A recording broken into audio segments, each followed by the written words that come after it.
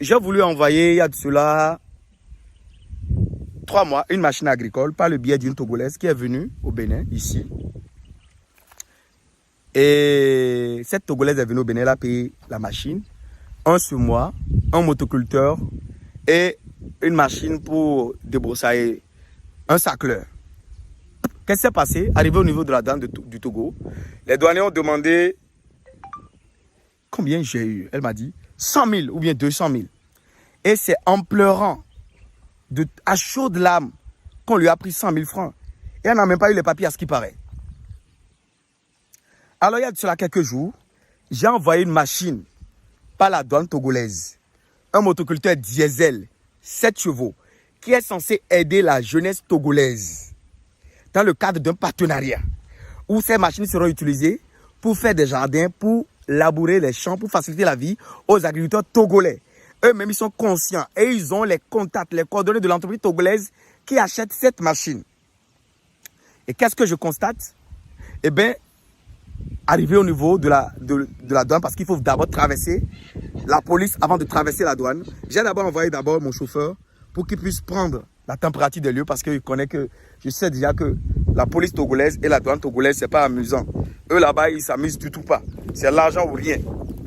Alors, j'ai envoyé mon chauffeur prendre des premières informations avec la facture de la machine, avec la douane délivrée par la douane béninoise sur la machine, avec les vidéos de tous les côtés de la machine. Et qu'est-ce qui s'est passé? Eh bien, ce douanier a dit de ramener la machine. Ce qu'on a fait.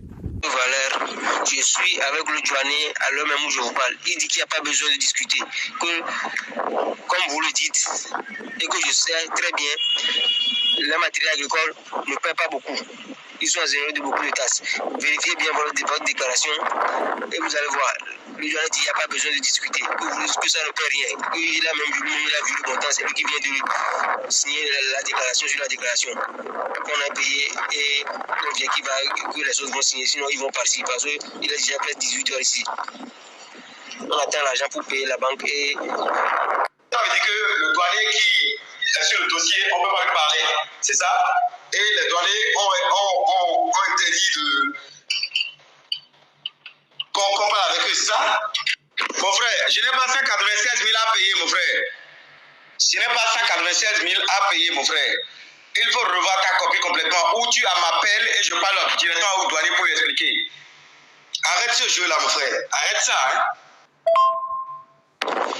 Dans passation, je mets la signature des dossiers. Les douaniers prennent quelque chose. Les enregistrements dans les registres de la douane et de la police.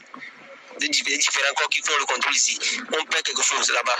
Avec tous les dossiers avec lesquels on s'en va là-bas à l'enregistrement, on paie. Vous voyez, non? De la visite à la brigade.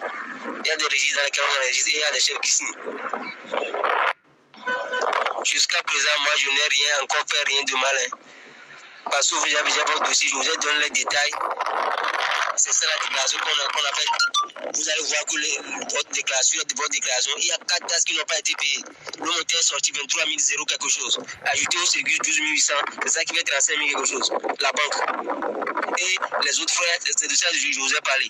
Maintenant, dites-moi, si vous signer et les enregistrements qu'on va faire dans le registre, on ne va pas payer. Comme ça, le chauffeur lui-même il tiendra le dossier et fera tout ça. Alors, le mec dit de ramener la machine. On a ramené la machine.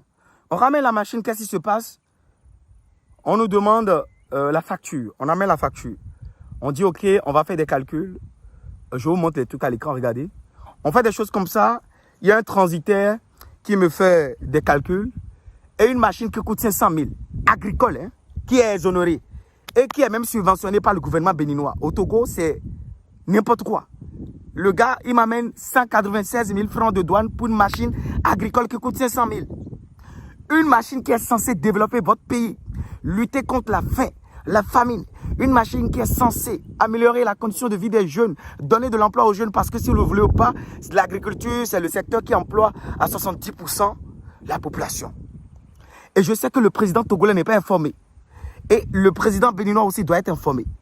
J'appelle au secours son Excellence, Monsieur Patrice Athanase Guillaume Talon. J'appelle au secours son excellence, Monsieur Faure Gnassingbé.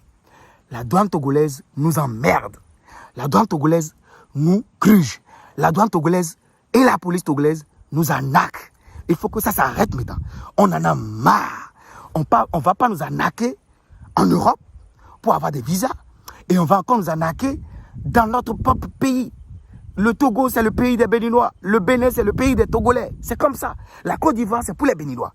Le Bénin, c'est pour les Ivoiriens. C'est pas pour rien qu'on a créé la CEDEAO. C'est pas pour rien qu'on a créé l'UMOA.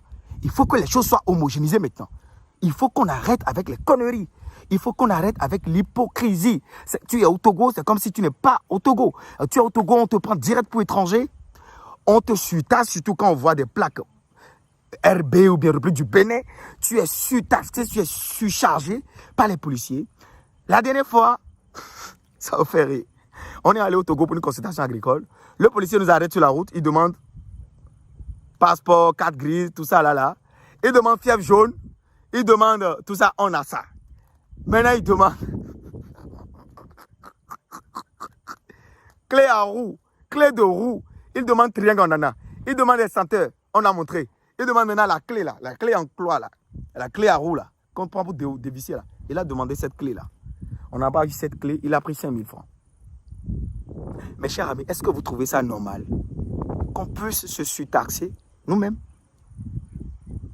dans notre propre pays? Parce que le pays, Togo c'est pour le Bénin. Le Bénin c'est pour le Togo. Et vous allez voir, quand les Togolais, regardez très bien, quand vous allez vouloir quitter le Togo pour venir au Bénin, vous avez la facilité, n'est-ce pas? La douane ne vous surcharge pas, n'est-ce pas? Encore moins les machines agricoles. Est-ce que la police béninoise vous rançonne? Non. Parce que le président qui est au pouvoir au Bénin, il ne voit pas ça. C'est la prison, 10 ans, 5 ans. Il faut que le président togolais, son excellence, Monsieur Faure Gnassingbé, il faut qu'il prenne le taureau par les cornes. Il faut qu'il tape de la main sur la table maintenant.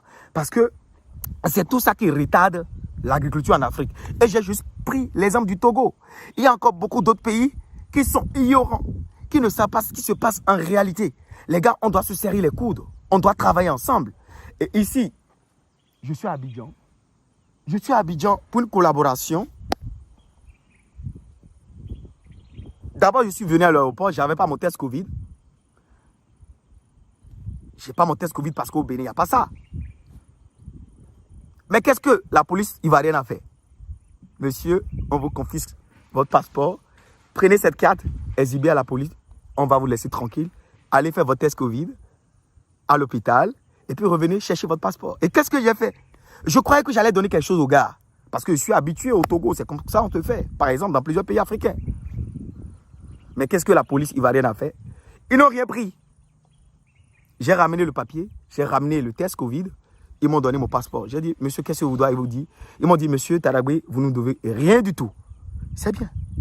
J'ai quitté Abidjan pour aller dans un endroit top secret parce que je viens de faire un projet hyper secret ici. C'est un projet très secret. Alors, j'ai quitté Abidjan et j'ai fait 3 heures de route pour un projet top secret. Je suis déjà sur les lieux. Alors, je ne vais pas en parler ici. C'est quand même un projet agricole. Alors, je n'ai pas vu de policiers sur la route nous arrêter pour demander la nationalité, pour prendre de l'argent. Mais non! Au contraire, la police réglemente, régularise la circulation, facilite le transport des biens et des personnes. Je ne parle pas pour dénigrer le Togo, c'est mon pays de cœur. J'adore Palimé, j'adore Atakpamé. J'ai des amis policiers là-bas, j'ai des amis commissaires là-bas. S'il vous plaît, chers amis, c'est pour le commun, c'est pour le bien commun de nous tous. C'est pour l'évolution de l'Afrique. La douane et la police togolaise, vous devez revoir votre copie en ce qui concerne le transport des semences et machines agricoles sur le territoire togolais. En fait, ce n'est pas pour une commercialisation. Hein.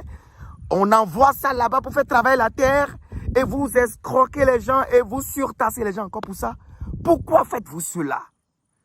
Pourquoi faites-vous cela, les gars? Ce n'est pas bien. Ça salit l'image du pays. Et ça, au contraire, fait reculer votre pays. Parce que les gens vont fuir votre pays, les gens vont abandonner votre pays. Moi, je suis prêt à investir au pays, au Togo par exemple. Mais ces comportements, cette corruption qui est à chaque niveau, hein, de la police et de la douane togolaise décourage beaucoup de personnes. Et les gens n'en parlent pas parce qu'ils sont habitués. Mais non, ça doit cesser maintenant. Il faut que ça cesse. Ce n'est pas normal que ça continue. Les amis, voilà la substance de tout ce que je tenais à partager avec vous. Je suis dans un village d'Abidjan.